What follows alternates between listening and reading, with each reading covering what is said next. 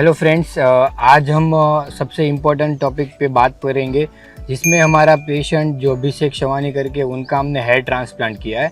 तो आज हम उनसे कुछ रिव्यूज़ जानेंगे, कुछ बातचीत करेंगे कि थ्रू आउट उनका जर्नी कैसा रहा, ऑल ओवर जर्नी में उनको कोई दिक्कत रही, फिर जो जजमेंट लेने में उन्होंने क्यों डिसाइड किया कि हमारे क्लिनिक पे हेयर ट्रांसप्लांट करवाना है, और क्या ऐसी इम्पोर्टेंट चीज़ थी जिससे उनको मोटिवेशन मिला कि वो यहाँ पे हेयर ट्रांसप्लांट कराएंगे।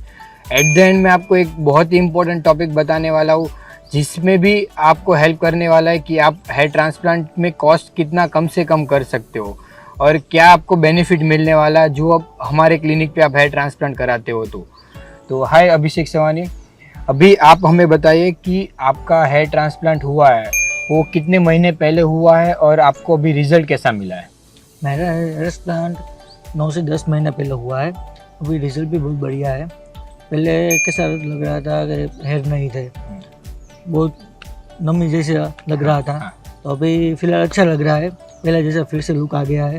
ओके, बढ़िया बढ़िया। अभी जब भी हमने हेयर ट्रांसप्लांट करवाया तो काफ़ी हमारे पेशेंट्स का ये डाउट रहता है, क्वेश्चन रहता है कि सर हमने सुना है कि हेयर ट्रांसप्लांट में काफ़ी पेन होता है, काफ़ी दर्द होता है, ऑल ओवर हम सहन नहीं कर पाते। कुछ लोगों का ये कहना है कि सर्जरी के बीच में हम खड़े हो जाते। तो आपको सर्जरी के टाइम पे कैसा पेन था और सर्जरी के बाद का आपका पेन का जर्नी स्पेसिफिकली बताइए। बाद में जो रिजल्ट है और जो मेडिसिन है उसका हम आगे बात करेंगे, बट अभी स्पेसिफिकली पेन का बताएं ताकि व्यूअर्स को पता चले कि पेन का सीवियरिटी क्या है। पेन तो पहले कैसा था, जब सर्जरी चालू हुआ तो हम जैसे टैटू बनवाते हैं, जैसे पेन होता है नॉर्मली वैसा ही पेन था, उससे ज़्यादा कुछ होता नहीं है, इसे कोई दिक्कत की बात है नहीं उसमें। और सर्जरी के बाद भी पेन हुआ ही नहीं है मेरे तो, इसलिए उसमें कोई दिक्कत नहीं होती। मेडिसिन भी उसके हिसाब से दी हुई है कि नॉर्मली जो सर्जरी हमारा हेयर ट्रांसप्लांट का रहता है वो 8 से 10 घंटे का रहता है। तो आपको हिसाब से जो सर्जरी का 8-10 घंटे का समय था उसमें आपको कितना मिनट तक पेन हुआ होगा? और कुल मिला के हम गिनेंगे, लाइक हल्का सा पेन जब हम स्लिटिंग करते तब होता है, हल्का सा पेन जब ग्राफ्टिंग निकालते पीछे से एक्सट्रैक्शन तब होता है। तो कुल मिला के कितना मिनट का आपको पेन हुआ होगा? वो तो ज़्यादा से 10-15 मिनट स्टार्टिंग में हुआ होगा और एंड में 10-15 मिनट जब हम प्लांट भी अंदर डालते हैं इसलिए तब होता है, वही होता है। तो कुल मिला के बीच का जो समय था उसमें आपको बिल्कुल भी पेन जैसा महसूस नहीं हुआ? नहीं हुआ। ओके, ठीक है। अभी हम नेक्स्ट क्वेश्चन लेंगे जिसमें कि आपका हेयर ट्रांसप्लांट का पर्पस क्या था हेयर ट्रांसप्लांट करवाने का, और क्या आपने हेयर ट्रांसप्लांट करवाया तो उसके बाद आपका जो भी पर्पस था वो सॉर्ट आउट हो चुका है कि उसमें से अभी भी आप सफ़र कर रहे हो? ना, सॉर्ट आउट हो चुका है। ओके, और मेन पर्पस क्या था हेयर ट्रांसप्लांट कराने का? मेन पर्पस ऐसा था, पहले मेरा हेयर बहुत लंबे और घने थे, उसके बाद कुछ समय ऐसा आया जैसे कि खाने पीने में या कोई भी दिक्कत हुई होगी, हेयर पूरे चले गए, हाफ जितना हो गया, हाफ हो गया था। हाँ, और उसके बाद क्या करें, जैसे देखना सब लोग बोलते हेयर ट्रांसप्लांट कराओ, ये कराओ ये कराओ, इसलिए वजह हमने पहले देखा यूट्यूब में सबकी जगह पे कौन सी जगह पे बेस्ट रहता है, सभी पहले रिव्यू सबके लिए, और पहले देखा यूट्यूब में सर्च करके देखा कहाँ पे हुआ होता है, कैसे कैसे होता है। 1-2 क्लिनिक में जाके हमने जो जैसे एग्जाम्पल है कि उसको पूछा कैसे कैसे ट्रीटमेंट किसके बाद क्या क्या होता है, उसमें क्या क्या बेनिफिट रहते हैं, क्या क्या साइड इफेक्ट रहते हैं, सब कुछ हमने जाना। उसके बाद हमने डिसाइड किया कि अब तो हमने करवाना ही है, जो भी हो तो बाद में देखा जाएगा। बढ़िया बढ़िया। हेयर ट्रांसप्लांट किया उसके बाद आपका मेडिसिन सॉल्यूशन भी हमने दिया होगा, तो आप उसका जर्नी बताएं कि आपका पहले कितना चल रहा था मेडिसिन का डोज और अभी आप कैसे ले रहे हो और वो प्रॉपर वे में आप लगा रहे हो कि क्या है, वो हमारे व्यूअर्स को आप बताएं ताकि उनको पता चले कि हेयर ट्रांसप्लांट के बाद कितना मेडिसिन रहता है और कैसे उसका केयर करना है। हेयर ट्रांसप्लांट के बाद मिनिमम 3 मंथ्स तो रेगुलर दवा आपको मेडिसिन लेनी पड़ती है, ठीक है। उसके बाद जो आपका इम्प्रूव कैसा होता है, हेयर में ग्रोथ कैसा होता है, उसके हिसाब से आपको मेडिसिन में चेंजेस कम करना, उसके हिसाब से डॉक्टर के प्रिस्क्रिप्शन के हिसाब से रहता है। और बाद में स्टेप बाय स्टेप से 1 महीने बाद, 2 महीने बाद, 3 महीने बाद उसके बाद दवाई एकदम कम हो जाती है, बाद में नईवत हो जाती है, बाद में उसकी ज़रूरत पड़ती ही नहीं है। तो अभी आपका ऑलमोस्ट 12 महीने जितना हो गया, तो 12 महीने में आप अभी कौन कौन सी मेडिसिन ले रहे हो और तो हफ्ते में कितनी बार ले रहे हो वो भी हमारे व्यूअर्स को अभी तो मैं हफ्ते में 1 बार एक मेडिसिन ले रहा हूँ, और जो मल्टीविटामिन की जो सी मेडिसिन थी वो तो ख़त्म हो गई है। और वो जो मिनोक्सिडिल है वो तो जो हफ्ते में 3 बार या 4 बार जो भी आप डालना चाहते हो अभी इसके हिसाब से डाल सकते हो। और वॉश भी बेबी शैम्पू से आप कर सकते हो, जिसमें 3 बार हो गया 2 बार हो गया, उसमें कोई दिक्कत नहीं है। ओके, और जो आप मेडिसिन ले रहे हो हफ्ते में एक बार, वो मेडिसिन का नाम क्या है? उस मल्टीविटामिन या फिनास्टेराइड। करके है। ओके, तो कुल मिला के व्यूअर्स को ये पता चलना चाहिए कि हेयर ट्रांसप्लांट के एट द एंड यानी 10-12 महीने के आसपास, जैसे अभिषेक जी का अभी सिर्फ मिनोक्सिडिल चल रहा है, मल्टीविटामिन स्टॉप हो चुका है और फिनास्टेराइड चल रहा है, वो भी 1 मिलीग्राम डोज में और हफ्ते में एक बार। यानी जैसे जैसे आपका प्रोग्रेशन होगा और रिजल्ट आना स्टार्ट होगा, वैसे हम दवाई का डोज भी कम करते जा रहे हैं, क्योंकि आपने भी पढ़ा होगा फिनास्टेराइड के काफ़ी साइड इफ़ेक्ट्स होते हैं और वो कितने परसेंटेज में होते हैं वो जानना बहुत ज़रूरी है।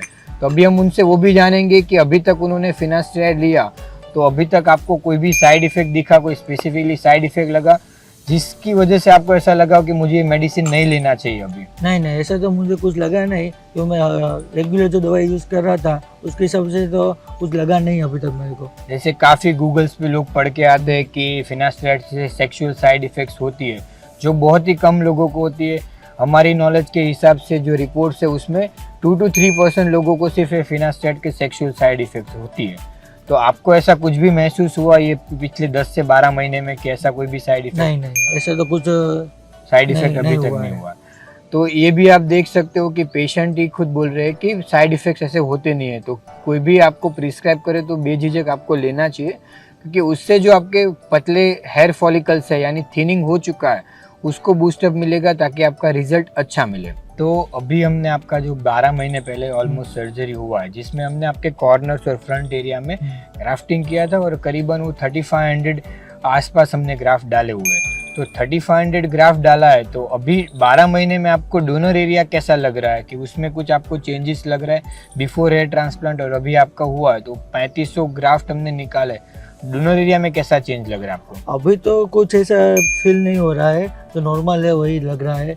तो पहले जब बाल थे उतने स्लाइड जो कम होता है वो तो होता ही है, उसके हिसाब से तो सब सही है। तो जब आप हेयर कट कराते हो तब पीछे डोनर एरिया कम दिखता है या फिर वहाँ पे गेपिंग दिखता है, ऐसा कुछ महसूस होता है? नहीं, अभी तो ऐसा कुछ महसूस नहीं ऐसा होता कुछ भी नहीं महसूस।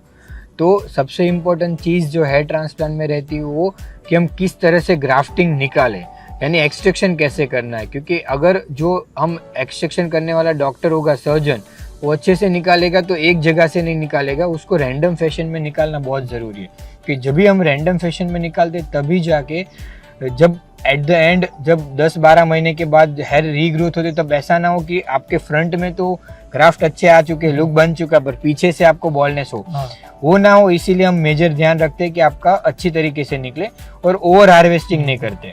यानी ऐसा नहीं है कि आपका रिक्वायरमेंट बहुत ज़्यादा है तो हम पीछे से ज़्यादा ग्राफ्ट निकाल दें और आगे डाल दे बट पीछे आपका बॉलनेस हो जाए, वो हम खास करके ध्यान रखते हैं। अभी फ्रेंड्स एट द एंड जैसे मैंने बताया था कि आपको सबसे इम्पोर्टेंट टॉपिक पे मैं बात करने वाला हूँ, जिसके लिए आपको मैंने बताया था कि एंड तक आप वीडियो देखना। तो हर पेशेंट जो रहता है वो काफ़ी सर्च करता है ट्रांसप्लांट के बारे में और उसमें वो लोग देखते हैं कि कहाँ पे कैसा उनको गाइडेंस मिलता है और कैसे वो ट्रीटमेंट करेंगे और ट्रीटमेंट के बाद वो कैसा केयर करेंगे। तो बहुत ही सारे क्लिनिक है इंडिया में जहाँ पे कुछ टेक्नीशियन है, कुछ जगह पे डॉक्टर्स है, वो लोग हेयर ट्रांसप्लांट के बाद 5 सीटिंग फ्री में देते हैं, 6 सीटिंग PRP के फ्री में देते हैं, कुछ जगह पे 4 सीटिंग फ्री में देते हैं। तो हम आज अभिषेक जी से जानेंगे कि हमारे क्लिनिक में उनका हेयर ट्रांसप्लांट हुआ है, तो हेयर ट्रांसप्लांट के बाद उनका कोई एक्स्ट्रा एक्सपेंस आया इन फॉर्म ऑफ हमने कोई टेस्ट करवाया हो या फिर PRP बोला हो या फिर मेसोथेरापी बोला हो। तो आज हम उनसे वो जानेंगे कि हेयर ट्रांसप्लांट के बाद हमने कोई भी आपको ट्रीटमेंट सजेस्ट किया हुआ है या सिर्फ आप हेयर ट्रांसप्लांट के बाद मेडिसिन ही ले रहे हो? नहीं, कोई सजेशन नहीं हुआ है। हेयर ट्रांसप्लांट के बाद ओनली फॉर मेडिसिन से ही हमारी रिकवरी सब कुछ हो गया है। उसके बाद किसी की PRP not any therapy laser therapy या ऐसा कुछ नहीं। आपने दूसरी जगह पे पूछा होगा तो आपको कितना नॉर्मली PRP वो हेयर ट्रांसप्लांट के बाद बोल रहे थे? 3 PRP हेयर ट्रांसप्लांट के बाद बोल रहे थे और कोई 2 बोल रहा था, कोई 3, कोई 4। इसके हिसाब से मैंने सभी जगह सब अलग सब बोल रहे थे, इसलिए बाद में यहाँ पे मुझे पता चला कि नहीं, ज़रूरत है ही नहीं, मेडिसिन से हो जाएगा, इसलिए। बढ़िया। अभी जो मेन इम्पोर्टेंट यही है, ये बात से पता चलता है कि काफ़ी जगह पे आप देखोगे कि हेयर ट्रांसप्लांट के प्राइस भी काफ़ी कम रहते हैं, बट वो एट द एंड फिर आप 4 या 5 PRP के प्राइस एड ऑन भी लेते हैं, उससे आपका कॉस्ट भी बढ़ जाता है। और कॉस्ट तो सेकेंडरी है, बट आपका टाइमिंग भी बढ़ता है। तो जैसे हमारे कुछ पेशेंट्स, मैं बोलूँगा कि 40% पेशेंट जो रहते हैं हमारे, वो आउट ऑफ सूरत के हैं। तो वो केस में PRP के लिए उनको ट्रैवलिंग भी करना पड़ता है। बट जो हमने चेंजेस किया है, क्योंकि काफ़ी जगह पे माइनर हमने चेंजेस किया है ट्रीटमेंट में, जिसकी वजह से पेशेंट को सर्जरी के बाद रिपीटेडली आने की ज़रूरत नहीं है। हम ऑनलाइन कंसल्टिंग भी कर सकते हैं, उससे भी उनका काम हो सकता है। क्योंकि PRP होगा तो आपको टाइम तो जाएगा, उसी के साथ आपका पैसा भी जाने वाला है, अननेसेसरी आपको ट्रैवलिंग कॉस्ट भी बढ़ेगा।